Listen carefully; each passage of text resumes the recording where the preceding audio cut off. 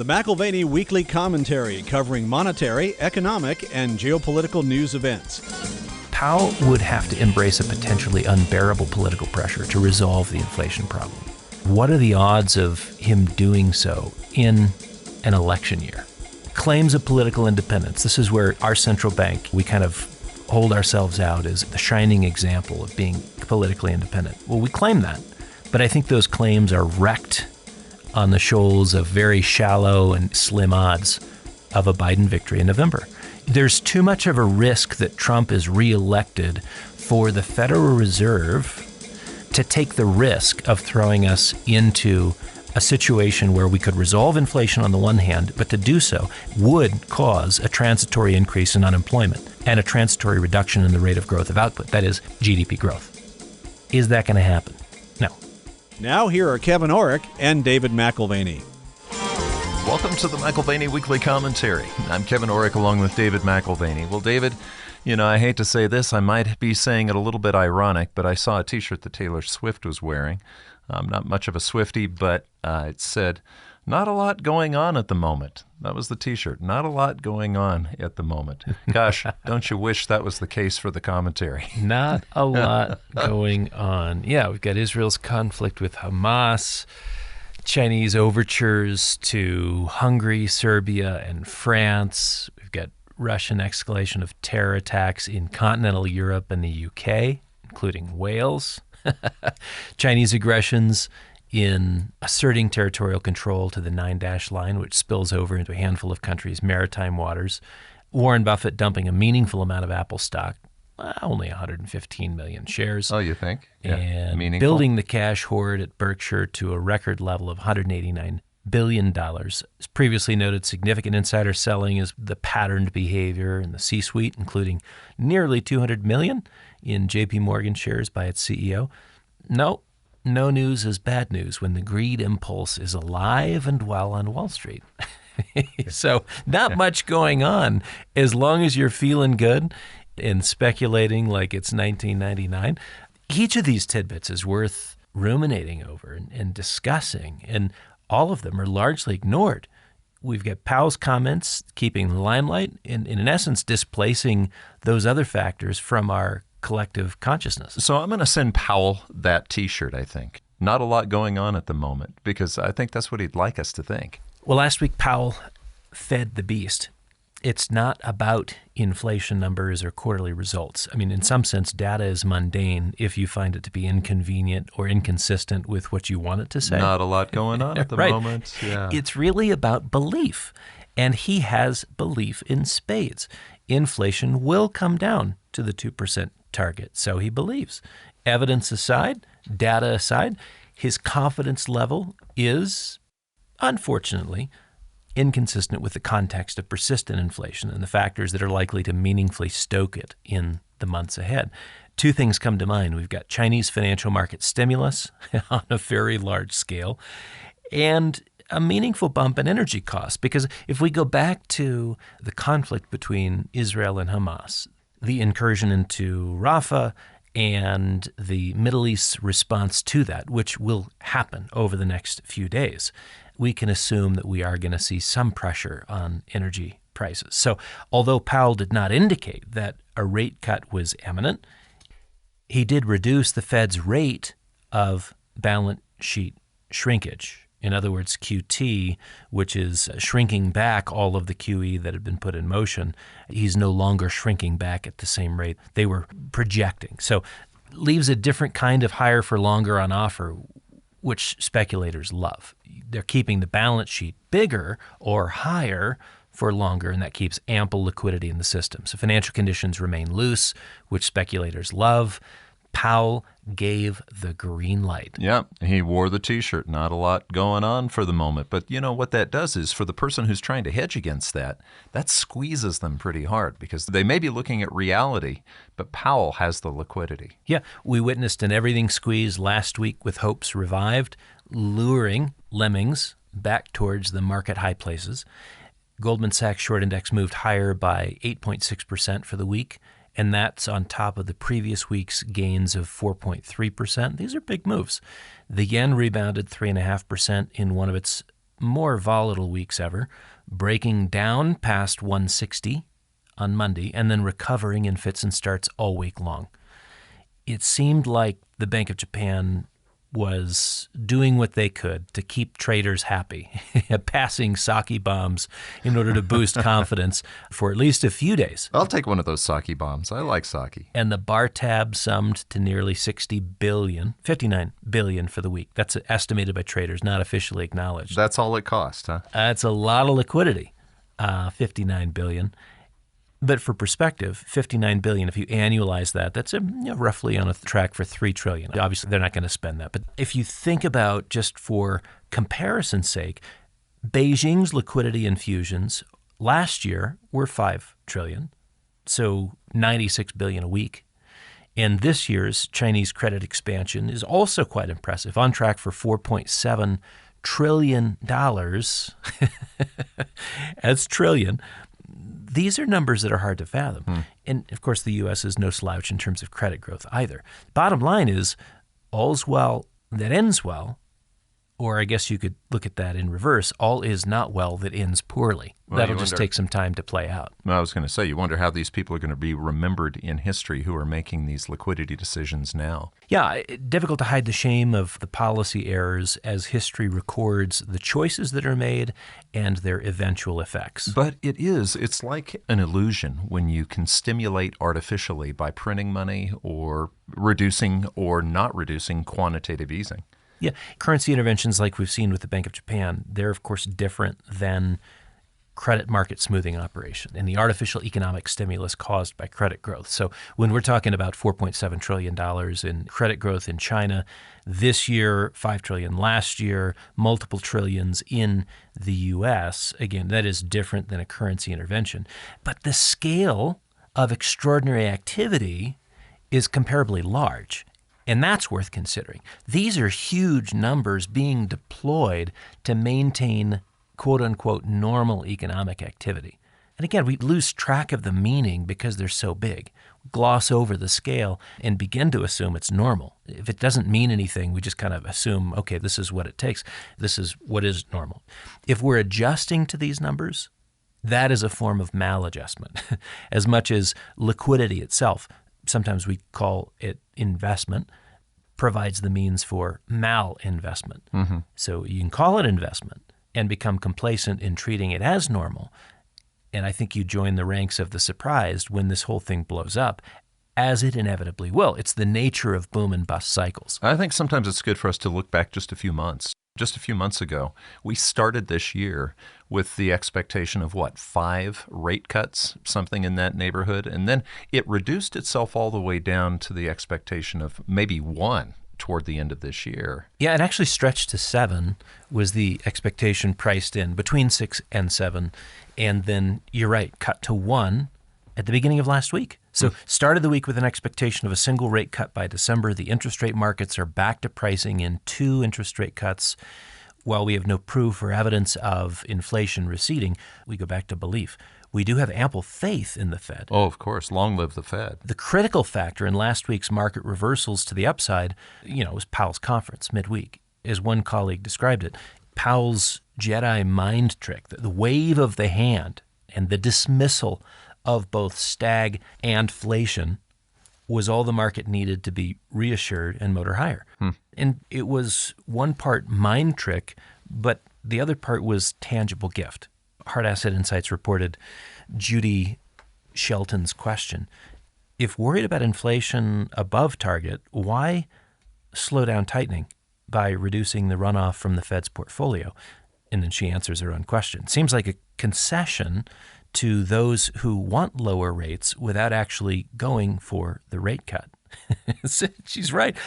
Her own Q&A sort of recharacterized Powell not as a Jedi with force-wielding power, but more like a cheap magician, using distraction and sleight of hand, not unlike the Wizard of Oz. Just don't pay any attention to the man, Powell, behind the screen. I love how you likened it to Jedi mind tricks, because in one of the movies we see that Jedi mind tricks don't work on everybody. And Janet Yellen now is having to run around the world trying to beg people to buy our Treasury bills. The rest of the world's a little concerned about our inflation. Well, that's right. And so you've got both on the national team. Powell, he's moving basis points around, pledging to destroy inflation, justify a lower interest rate environment. Yellen, on the other hand, scurrying around the globe, seeking support for the Treasury markets to avoid the inevitable rise in rates should we lose our largest investor base in Treasuries. And that's a real concern. If you're going to run the same deficits, you've got to have somebody who's stepping in to fund those deficits and lend you money. If you're going to increase your deficits, you at least, at a minimum, have to maintain the old buyers and then find a new source of buyers as well. In this case, we are, in fact, raising the deficits, and we're beginning to lose our old buying crowd. Well, the Jedi mind tricks aren't working on the Chinese anymore. No. The most recent TIC flows show China quietly letting go of another $23 billion in Treasury holdings to a level last seen in 2009. We're about $755 billion. That's the new total Treasury holdings by the Chinese. I think the peak was just shy of $1.2 trillion in 2017. Well, and they're raising liquidity and doing something with the liquidity, Dave. And we're seeing premiums on the Shanghai Exchange for gold, at $135 over bars? At its peak. Now, they're probably closer to 35 today, but they will go as high and have gone as high as $100 to $125, $135 an ounce. So just note to self, Chinese selling of U.S. Treasuries and buying of gold is not something to ignore. Right. Is it a coincidence that these are happening at the same time? It's unlikely. Some argue that the Treasury selling is more of a shift to agency paper, but that ignores how 2022 marked a dramatic shift in trust within the reserve asset community, including China. But is it any surprise when we're actually reallocating people's money if they're not popular with the worldview that's being presented? Yeah, Euroclear, which is based in Belgium, was the custodian for most of the Russian reserves, which were seized at the behest of the U.S. Treasury. Think about that in terms of whose law is Euroclear subject to? Is that EU law? Is that Belgian law? Is that U.S. law? It's a fascinating construct. Those Russian assets would be mine now. They're mine now. So Euroclear is the custodian for the Russian assets. They're seized as the U.S. Treasury instructs them to. There's also Clearstream in Luxembourg. Combined, those two entities custody $50 trillion in assets. They're sort of like the biggest banks you've never heard of. That's a lot of assets. Should I say that again? 50 trillion. Trillion in assets. Well, gold is not a reserve sitting in a European entity, easily poached when sanctions or other forms of pressure need to be applied. The latest form of warfare is what you see unfolding. It's economic in nature. Well, and if you can't trust the person that you're dependent on, you just go somewhere else. Gold is that somewhere else. So gold is control. Yeah. Gold is a workaround for a system deemed to be biased and dangerous. And if you step out of the liberal democratic compliance, you can expect to get hammered. So gold gives you an opt-out, a workaround for sort of liberal democratic noncompliance, if you will. There is an interesting point to be made about ditching treasuries. And the larger context is one in which countries want to be, reserve asset managers want to be insulated from geoeconomic and geopolitical pressures. So they're favoring gold as a reserve asset. That trend will continue as long as the world divides between autocratic regimes and the Western world. There will be more to discuss on this topic of ideological divides and the rejection of liberal democracy by the Chinese, the non-Western, non-Anglosphere malcontents. In a few weeks, we've got Paul Tucker joining us again. You might recall our last conversation with Paul previously at the Bank of England. Now he's teaching at the Kennedy School at Harvard. We spoke about his book, Unelected Power. Really intriguing read, very insightful.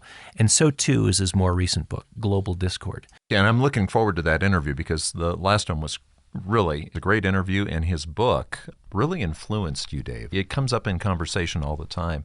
But I'm thinking about what Yellen is trying to accomplish here. She's trying to sell the world on continuing to buy U.S. Treasuries. What are the ramifications if they don't? Yeah, I think one of the things that's really critical in Paul's book, A Global Discord, is that the struggle between world powers, both geoeconomic and geopolitical in nature, is one that he sees stretching through decades, maybe even a century. This is not something that is going to be resolved at the next soiree in Beijing or in London or in St. Petersburg or, in Rio. No, this is something that we're dealing with a conflict of worldviews, a conflict of how individuals are valued, how law is perceived. Are we dealing with the rule of law, which again is what we have in Western protects the liberal individual democracies, focusing on the individual, or is it rule by law, where again you're dealing with a totally different construct, protects the collective, different idea and valuation scheme for who's important within society and how we value and society. He sees that as irresolvable. Well, that's right. No, these are irreconcilable differences. These are worldview differences, and they feed into what we view as a world order. Right? So global discord values and power in a fractured world order. It is fractured for a reason, and this is not a Humpty Dumpty just putting it back together again. We're dealing with two separate minds that cannot be melded. But what allowed us to get away with an awful lot, Dave, was we had sort of a symbiotic relationship with those who believe in the rule by law and the West, who believes in the rule of law. As long as they were borrowing from us or we were borrowing from them or we were buying from them and vice versa. But what we're seeing right now, I'm going to go back to my question with Yellen running around trying to get them to buy Treasuries. What happens when that symbiotic relationship breaks down and they don't want to loan us money anymore? Well, just like Chinese selling of U.S. Treasuries and buying of gold is not something to ignore, neither would I ignore the fact that we have a Treasury Department doing a dog and pony show, raising interest and enthusiasm for our debt, or at least attempting to do so. Yellen is in sales mode. If foreign demand wanes further, then domestic financing is the only alternative. And that's not a great input on the inflation front. Monetizing debt is one option. And again, that feeds back into inflation pretty quickly. We experimented with that in the 70s, but we've got pretty short memories, so maybe we'll try it again. Talk about supercharged inflation. You're in essence tying the monetary machinery to the funding of fiscal needs. It's not constructive for currency credibility, to say the least, but there's a second alternative, and that is conscripting capital and forcing debt allocations onto households, onto financial firms, and potential losses onto savers. This is financial repression. Financial repression is some combination of inflation and channeling capital flows where you want it to go. Financial repression is an expression of financial desperation, and that is what you find yourself experiencing if you don't have a ready buyer. We need the Chinese treasury buyer. We need the Japanese treasury buyer too. Yeah, we need people to loan us money because we have huge, huge deficits. But Dave, let's look on the bright side. Let's look at Japan, okay? I remember when I was a kid, Mexico was the place to go because your dollar went so far. The peso would just devalue and you could just buy twice or three times the types of goods down there for the same price.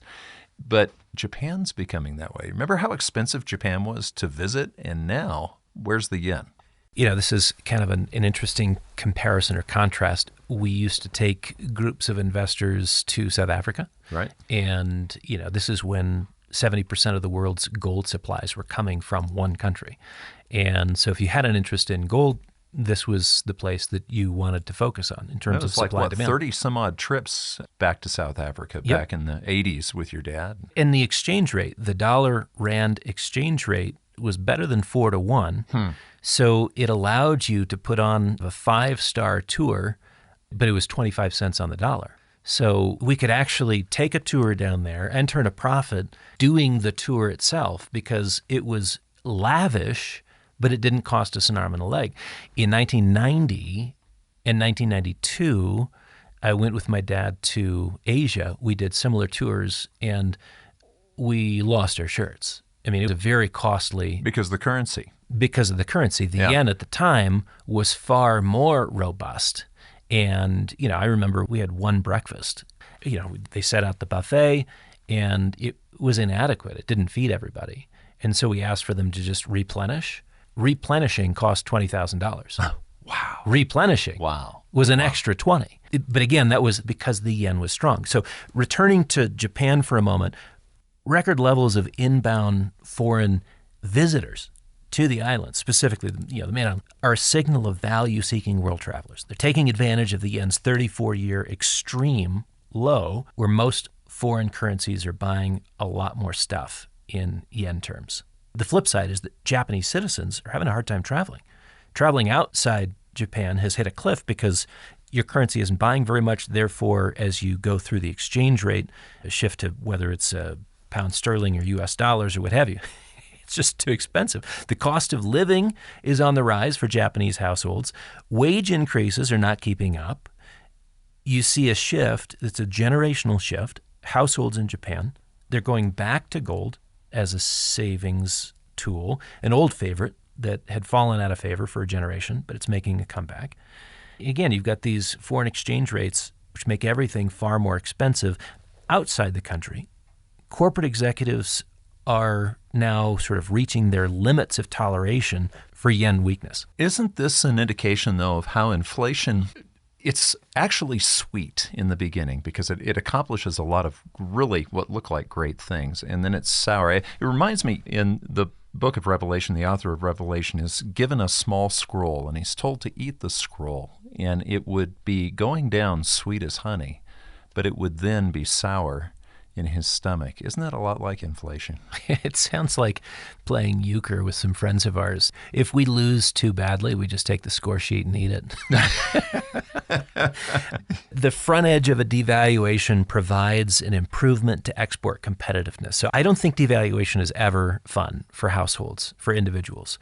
But at least for corporations, there is the export competitive advantage. That's the sweet as honey right there. Yeah. Typically an increase in corporate profits. And so Japanese markets have reflected that, with the Nikkei finally retaking its peak, 1989 levels. Can you believe that? It took 35 years. I remember when I first came to work here, the Nikkei was hitting a high. We haven't been there since then. 35 years ago. Wow. Long time for a bull-bear cycle to play out. Wow. And not many current investors have a recognition or realization that it can take 15, 20, in this case almost 40 years. But eventually input costs start to squeeze margins. So at the front edge of a devaluation, that's fine. But eventually input costs start to squeeze margins. Particularly, you think of Japan, a country that has to import raw materials to make stuff. So you've got the second stage of inflation. It's not as nice as the first. That's the sour. Bank of Japan had to act, and will now have to act further to fight what is the equivalent of currency gravity. The yen wants to go lower, and speculators are going to push it lower, and now you've got to fight. And the Bank of Japan is fighting that sort of currency gravity. Why is there further downward pressure on the yen? Heavy debt dynamics, which skew the Japanese balance sheet. They'll in all likelihood continue to show up as pressure on the currency. We haven't yet seen financial market frailties on display, stemming from a rise in Japanese rates. Remember, that's what we saw last year. Massive mark-to-market losses on bond holdings. That was what sank SVB, Silicon Valley Bank, and First Republic and others. But this can happen in Japan. If rates do continue to rise, all kinds of issues emerge for Japanese financial firms, Japanese banks, Japanese household savers, and of course the Bank of Japan itself, which owns half of the country's debt. What happens to the value of the debt as interest rates rise? The price goes lower. So we go from the sweet to the sour, but they've been intervening, Dave, with tens of billions of dollars to keep that sour from ruining them. Yeah, I think the yen saga is far from over. The fight for the currency, it's going to take more than $59 billion in a week. I have a recommendation for you this weekend. Here's what we're going to do as a family on Friday. Mary Catherine's out for the next several weeks. She's playing Val McKelly in Chicago, so she's rather busy. In the musical Chicago. Yeah. Yeah, not in Chicago, but she's in the musical. Yeah. That's pretty impressive. The rest of us, because we've already seen it a couple times, the rest of us are going to watch Akira Kurosawa's Seven Samurai. And I realized I haven't shown this to the kids.